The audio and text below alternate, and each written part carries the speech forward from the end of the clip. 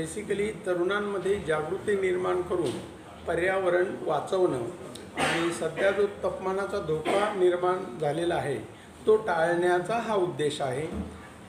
आणि त्यासाठी आज आपण ह्या दोनच गोष्टी घेतलेल्या आहे की माझं पर्यावरण माझी जबाबदारी आणि जगात सर्वात जास्त तरुण भारतात, तरीही तरुणांचं नेतृत्व नाही देशात। याच्यातून तरुण तगडा भारत निर्माण करणं, पर्यावरणाचं रक्षण करणं अशा प्रकारचा कार्यक्रम आपण याच्यातून घेतलेला आहे। तरुण तगडा भारत हा राजकारणामध्ये उतरणार आहे का? तरुण तगडा भारत राजकारण समाजकारण ह्या ज्या गोष्टी आहे ह्या नंतरच्या आहे, पण प्रथमतः आपण वाचलो तरच त्याला गोष्टी अर्थ आहे। आता आपण भौतिक सुखाकडे इतक्या मोठ्या प्रमाणात गेलेलो आहे, पण 4 वर्षामध्ये तापमान वाढत वाढत जीवसृष्टीच जर नाहीशी झाली तर ह्या समाजकारण राजकारण किंवा कशालाही अर्थ राहणार नाही। म्हणून प्रथमतः आपण आज एवढंच बोलूया की आपल्याला तरुणांचं नेतृत्व हे पर्यावरणातून स्वसंरक्षणातून पुढे आणायचं आहे आणि त्यांना एकदा पर्यावरण संरक्षण करून भारताचं संरक्षण करायचं जर कळालं तरच त्यांच्या राजकारणात येण्याला अर्थ आहे। अदरवाईज सध्याच्या परिस्थितीप्रमाणे जर राजकारण केलं तर कोणताही अर्थ नाही। सध्या पर्यावरणाचा ऱ्हास होत आहे असं तुम्हाला वाटतं?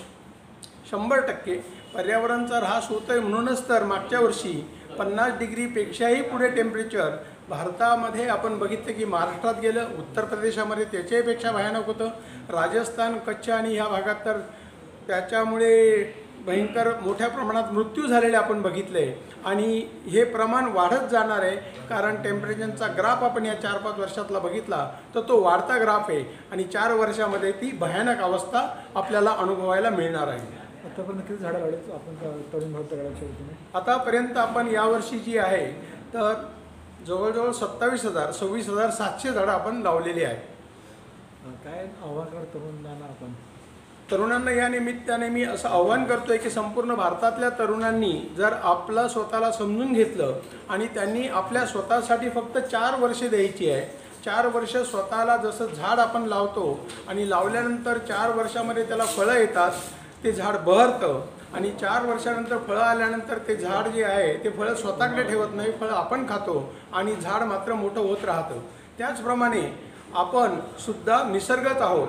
तर तरुणांना या निमित्ताने आव्हान आपण करतोय की 4 वर्ष तुम्ही तुमच्या स्वतःला द्या। तुमचं शिक्षण झालं आहे, तुम्ही सुशिक्षित, बेरोजगारी तुमच्याकडे आहे, रोजगार नाही, अशा अवस्थेमध्ये 4 वर्षामध्ये तुम्हाला आवडणाऱ्या व्यवसायाकडे जा, नोकरीकडे जा, तुम्हाला जे काही आवडत असेल ते करायला घ्या, पण 4 वर्ष त्याचा पाठलाग करा। जरी तुम्ही त्याच्यामध्ये फेल जरी झाला तरी परत सुरुवात करा, पण 4 वर्ष सातत्याने तुम्हाला आवडणारी गोष्ट करत राहा। 100% हा प्रयोग यशस्वी होतो। आम्ही ग्रामीण भागामध्ये शेतकऱ्यांच्या मुलांवरती हा प्रयोग केला, त्यांच्याकडे आत्मविश्वास नव्हता, पण ज्यांना ज्यांना आम्ही सांगितलं की 4 वर्ष तुम्ही सोडायचं नाही, तर काही मुलींनी ब्युटी पार्लर आणि त्याचबरोबर फॅशन डिझाईन याच्यातून मोठ्या प्रमाणे यशस्वी झाले। काही मुलांनी त्या ठिकाणी आता उद्योगधंदे सुरू केलेले आहे, ते मॉल चालवतात, ते इव्हेंट मॅनेजमेंट चालवतात, ते हॉटेल चालवतात, ते आणि त्याचबरोबर त्या ठिकाणी ते चांगल्या प्रकारचे उद्योगपती झालेले आहे। त्याच्यातले 2 जण लक्षाधीश झालेले आहे।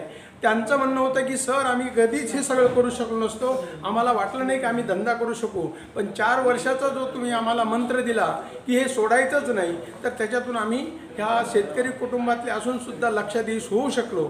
तर एखाद्या गावातल्या मुलामध्ये किंवा मुलीमध्ये विश्वास निर्माण केला तर काय होऊ शकतं हे इको फ्रेंडली लाईफच्या सेंटरमधून आम्हाला स्वतःला अनुभवलं आलं। म्हणून आपल्याला ह्या मुलामुलींमध्ये आत्मविश्वास करायचा आहे आणि 4 वर्ष त्यांना सांगायचं की तुम्ही सातत्य ठेवा। 4 वर्षात तो मुलगा किंवा मुलगी घडल्याशिवाय राहणार नाही आणि आपल्या पायावर उभं राहणार म्हणजे राहणारच। कॉलेज आणि शाळेला काही कार्यक्रम घेणार होता? शाळा कॉलेजेसमध्ये आपण तर परिसंवादच घेतोय आणि त्या परिसंवादातून आपण हा विषय मांडतोय की जगात सर्वात जास्त तरुण भारतात, तरीही तरुणांचं नेतृत्व नाही देशात। हा तरुण तगडा भारत आणि त्यांचं अस्तित्व आणि त्यांचा आत्मविश्वास वाढवण्याचं काम या परिसंवादातून करतोय। त्याचबरोबर माझं पर्यावरण माझी जबाबदारी हे दोन्ही विषय घेऊन आपण शाळा कॉलेजातून मोठ्या प्रमाणात हे परिसंवाद घेत आहे।